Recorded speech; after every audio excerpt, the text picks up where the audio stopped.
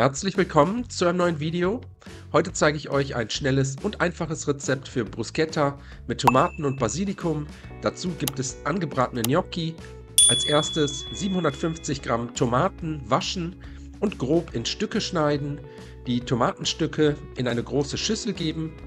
Als nächstes eine kleine rote Zwiebel abziehen und fein hacken. Außerdem geben wir natürlich Knoblauch dazu, 1 bis 2 Knoblauchzehen, ebenfalls fein hacken, Zwiebeln sowie Knoblauch danach mit in die Rührschüssel geben.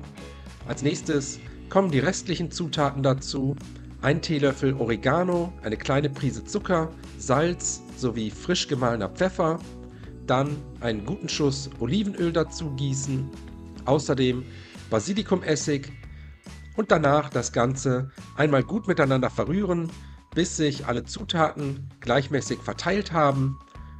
Zum Schluss kommt dann noch frischer Basilikum dazu, einfach 1 bis 2 Handvoll frische Basilikumblätter vom Strauch zupfen, zu den Tomaten geben, alles nochmals kurz umrühren und dann bis zum Anrichten zur Seite stellen.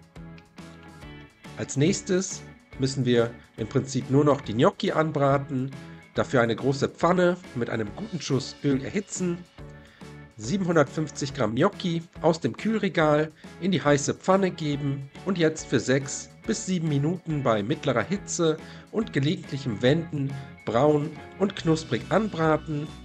Sobald die Gnocchi fertig sind, gebe ich noch 50 Gramm Pinienkerne mit in die Pfanne. Die Pinienkerne ganz kurz mit anrösten, bis sie leicht Farbe angenommen haben.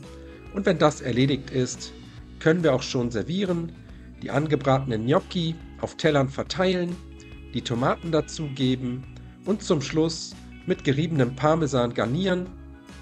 Danach wünsche ich euch einen guten Appetit, viel Spaß beim Nachkochen, bis zum nächsten Mal.